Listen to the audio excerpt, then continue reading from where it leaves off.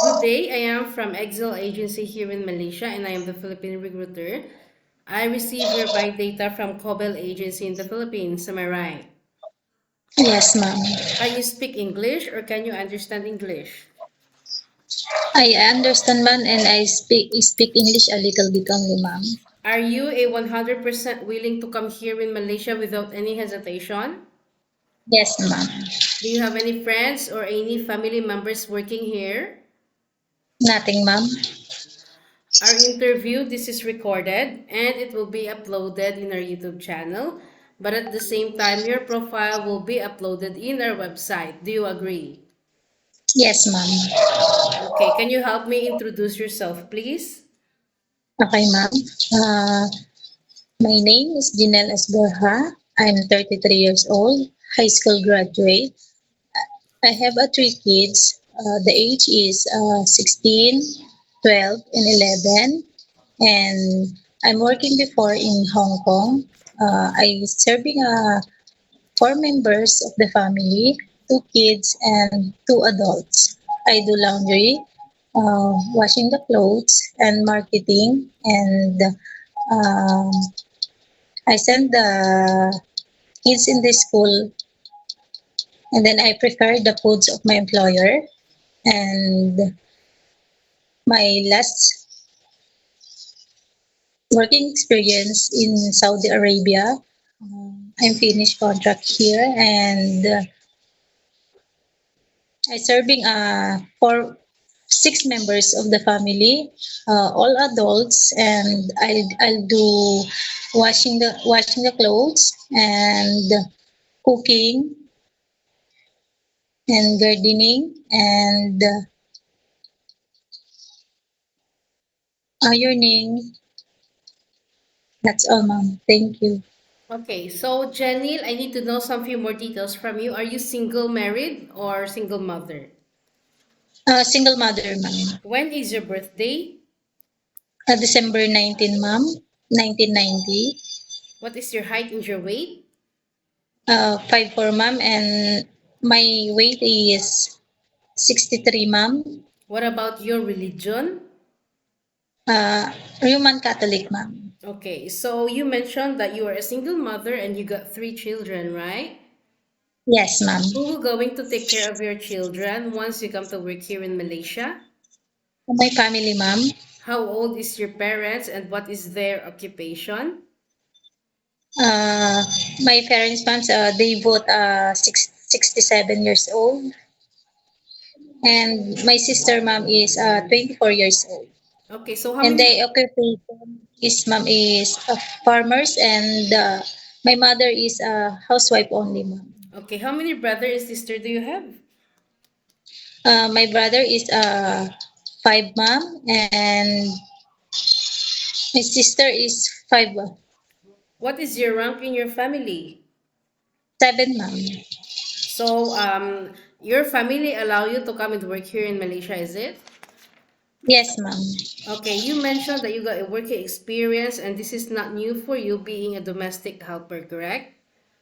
Yes, ma'am. How many years you work in Hong Kong? I work there, ma'am. Only 6 months, ma'am. What happened? Because my employers, ma'am, is um, I'm a break contract in Hong Kong, ma'am. What happened? Why you break your contract?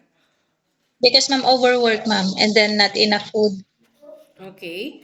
So you mentioned that you do house chores, marketing, cooking, laundry, and ironing. You also take care of children, correct? Ye- How Yes, ma'am. old are those children that you take care? 2 years old, ma'am, and 7 years old. Okay. What year did you work there in Hong Kong? 2019, ma'am. What 2019. what month is it? I'm sorry, ma'am, I forgot. Okay. So I need a specific month. Which month you work there for 6 months for year back 2019? I think it says February, ma'am.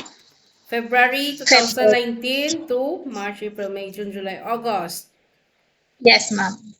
Okay, so you work also in KSA and you finish your contract, is it? Yes, ma'am. What year did you started working there and what year did you finish your contract? 2001, ma'am, and 2023, ma'am. April 2021 30. to 2023. Yes, ma'am. And you also told me that you do house chores, cooking, laundry, ironing, and you also do gardening, right? Yes, ma'am.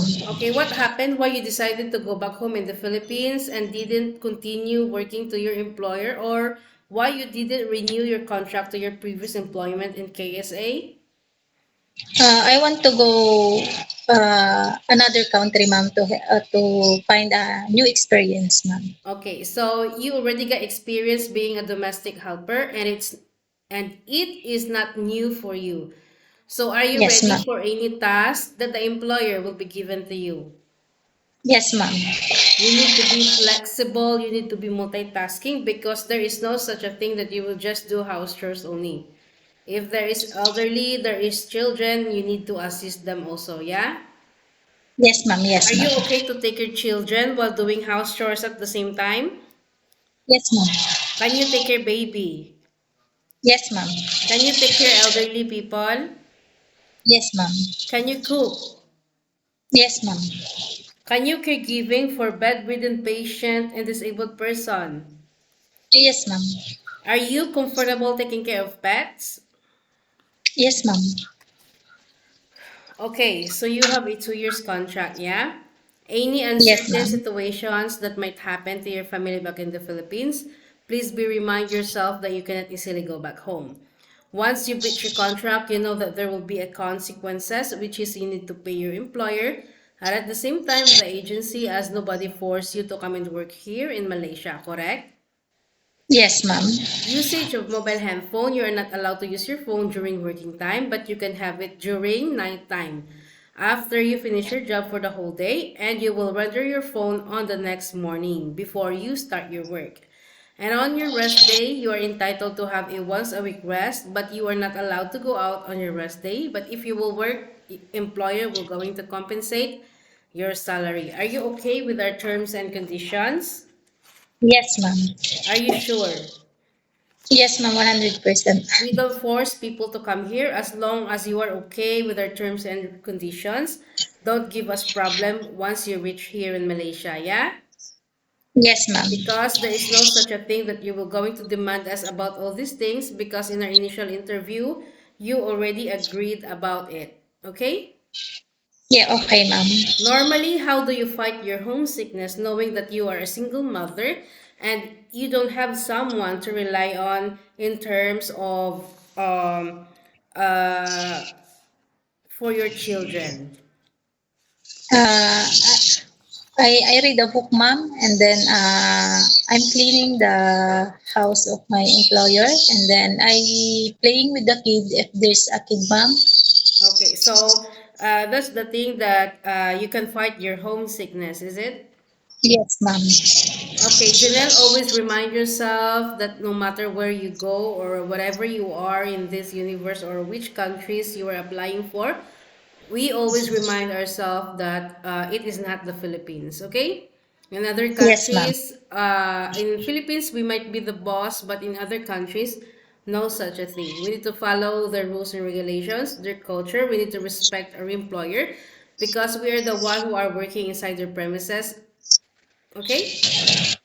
We need Okay, to ma'am. get along with them for 2 years or how many years, even no matter how long we are, as long as we are humble ourselves, we respect employer, then we are fine, okay? Always be Okay. hardworking, yeah? Yes, ma'am. I think that's all for now. Thank you for your time. It was my pleasure meeting you. Thank you, But please ma'am. stay connected through WhatsApp because Excel agents will going to contact you to conduct an interview together with the employer, yeah? Yes, ma'am. Thank you so much and have a good day. Thank you, ma'am.